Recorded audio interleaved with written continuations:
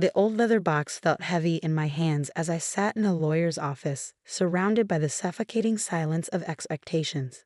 My father's will reading had brought us all here, myself, my mother in her perfectly pressed designer suit, and my brother Marcus, already scrolling through his phone with obvious boredom. To my son Marcus, Mr. Peterson, the family lawyer, began reading in his measured tone. I leave the majority of my estate, including all business holdings, properties, and liquid assets totaling approximately $47 million. Marcus didn't even look up from his phone, just nodded as if he'd known all along. Of course he had. The golden child, the Harvard business graduate, the one who could do no wrong in our parents' eyes. To my daughter Olivia, Mr. Peterson continued, his voice softening slightly with what might have been pity.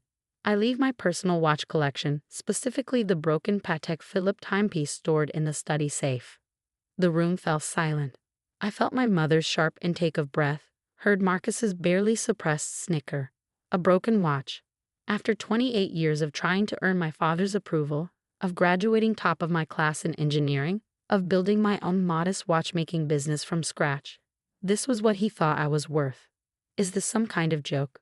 My mother's voice cut through the silence like a blade. Henry's entire watch collection is worth millions. Why would he only leave Olivia the broken one? Mr. Peterson adjusted his glasses uncomfortably. The will is quite specific, Mrs. Turner. The broken Patek Philippe alone goes to Olivia. The rest of the collection goes to Marcus along with the other assets. Marcus finally looked up from his phone, his face split in a mocking grin. Well, that's fitting, isn't it? Dad always said your little watch repair hobby was a waste of time. At least now you have a worthless project to tinker with. I clutched the leather box tighter, my knuckles turning white. Inside was my father's most mysterious possession, a vintage Patek Philippe that had supposedly stopped working decades ago. He'd never let anyone examine it, not even the most renowned watch experts in the country. The will is clear, I said quietly, standing up. Marcus gets his millions. I get the watch. We're done here. Olivia, don't be difficult, my mother sighed, her perfectly manicured fingers drumming against her designer handbag. We can discuss this like adults. Perhaps we can arrange some kind of monthly allowance for you instead. No, I turned towards the door, the leather box tucked securely under my arm. Keep your money. I'll take what Dad left me. Your loss, Marcus called after me as I walked out. Have fun playing with your broken toy while I run the company. I didn't respond. They wouldn't understand anyway. Because while they saw a worthless broken timepiece, I saw something else entirely. In all my years of studying horology and mechanical engineering, I'd never seen my father's mysterious watch up close. He kept it locked away, only taking it out late at night when he thought everyone was asleep. But I'd watched him once, hidden in the shadows of his study. I'd seen how he held it, not like a broken relic, but like a treasure map waiting to be decoded. Now, in my small workshop above my watch repair shop in downtown Boston, I finally had the chance to unlock its secrets. The leather box sat on my workbench, illuminated by the warm glow of my desk lamp. With trembling fingers, I opened it. The Patek Philippe gleamed despite its age, its gold case bearing the subtle patina of decades. At first glance, it looked like any other luxury timepiece from the 1940s. But I knew better. My father wouldn't have protected a simple broken watch so fiercely. I spent hours that first night examining every millimeter of the case, looking for anything unusual. The craftsmanship was exquisite, each detail perfect, too perfect for a supposedly broken watch. When I opened the case back, I found movement that looked pristine, as if it had been serviced recently. Why would you pretend this was broken, Dad? I whispered, adjusting my magnifying loupe to examine the mechanism more closely.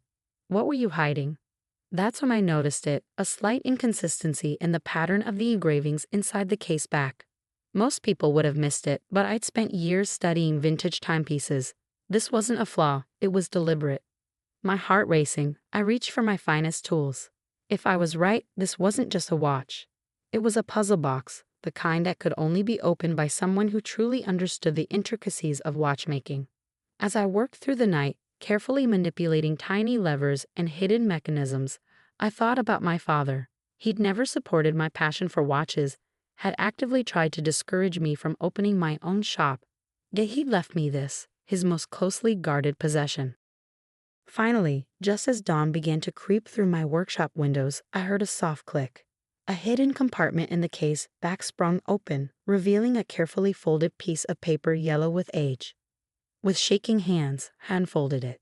Inside, in my father's precise handwriting, were a set of coordinates and a single line of text.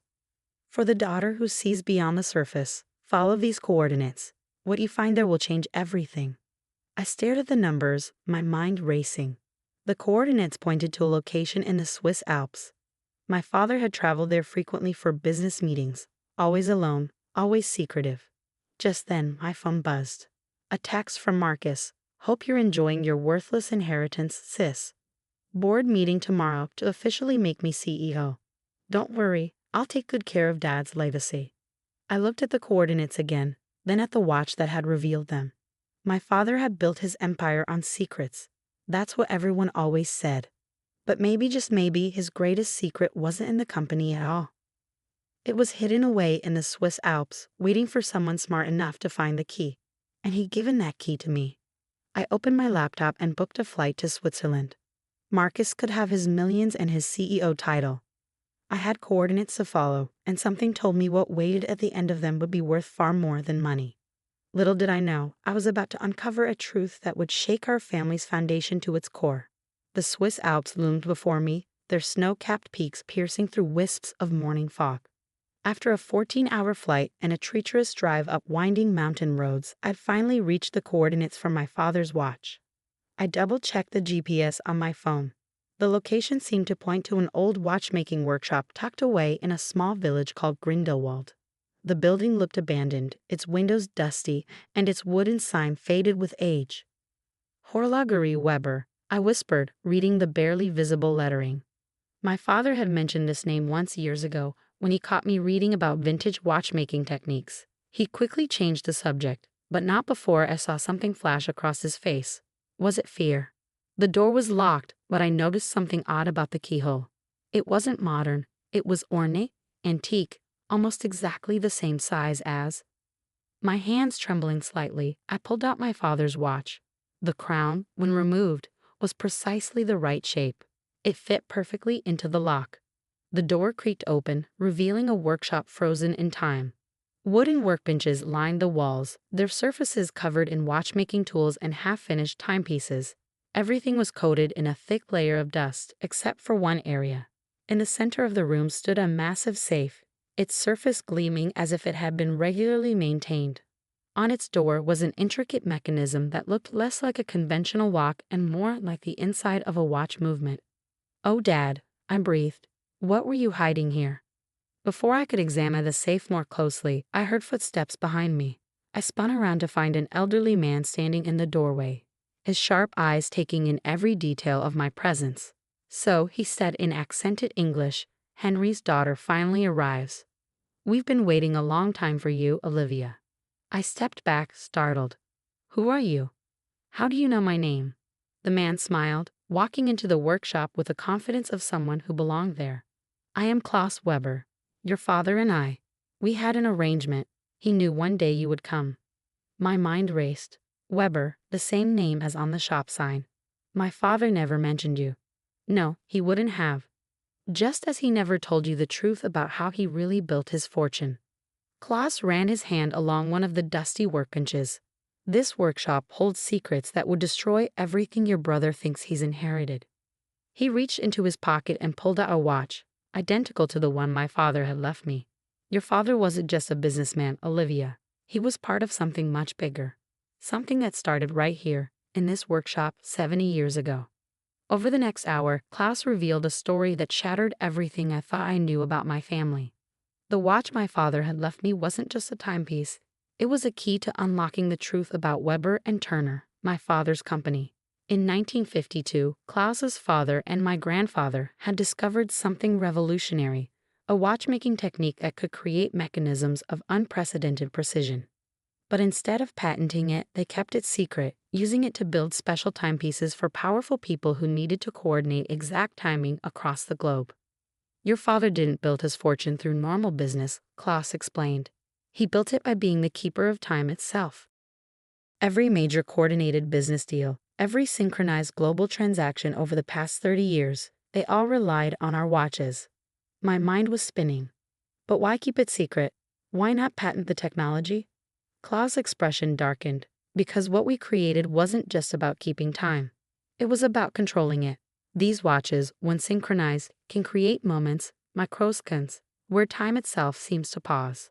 Imagine what that means for global financial transactions, for coordinated military operations, for anyone who needs to be first in a world where milliseconds mean millions.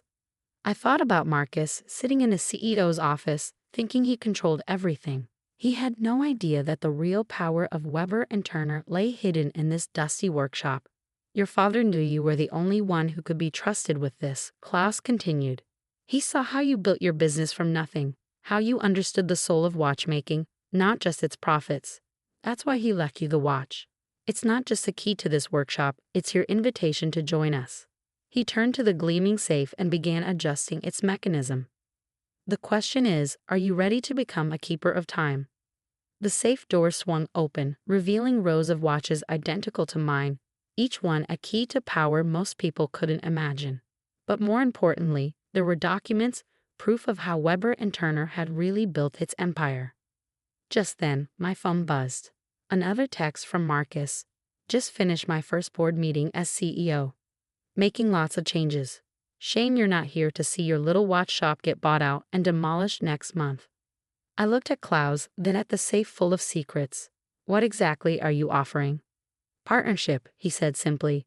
Your father's shares in the real Weber and Turner. The one your brother knows nothing about. The one that actually controls time. I thought about all the years I'd spent trying to prove myself to my family. Now I realized my father had been testing me all along, preparing me for something far bigger than a family business. When do we start? I asked. Klaus smiled, gesturing to the workbench. We already have. But first, I believe you have a board meeting to attend. 2 weeks later, I walked into Weber and Turner's headquarters during another board meeting. Marcus was at the head of the table, bragging about his plans to modernize the company. Oh look, he sneered when he saw me. Come to beg for a job? Maybe we can find you something in maintenance, fixing broken watches. I smiled, pulling out a stack of documents, copies of everything I found in Klaus's safe. Actually, I'm here for a different kind of maintenance, maintaining the truth about how this company really operates. The blood drained from Marcus's face as he read the first page. Our mother, sitting nearby, gasped. You can keep your CEO title, Marcus, I said calmly. But from now on, you'll answer to the real board of directors, the one that deals in time itself. I walked out of that meeting not as the daughter with a broken watch, but as the keeper of my father's greatest secret. Marcus got his millions, but I inherited something far more valuable. The truth about time itself and the power to control it. Sometimes the greatest treasures aren't measured in money, but in microseconds, and sometimes a broken watch is exactly what you need to fix everything. As I returned to Klaus's workshop that evening, I took out my father's watch, my watch now, and smiled. In the end, he'd given me exactly what I deserved. Not a fortune, but a future. And time, as they say, was finally on my side.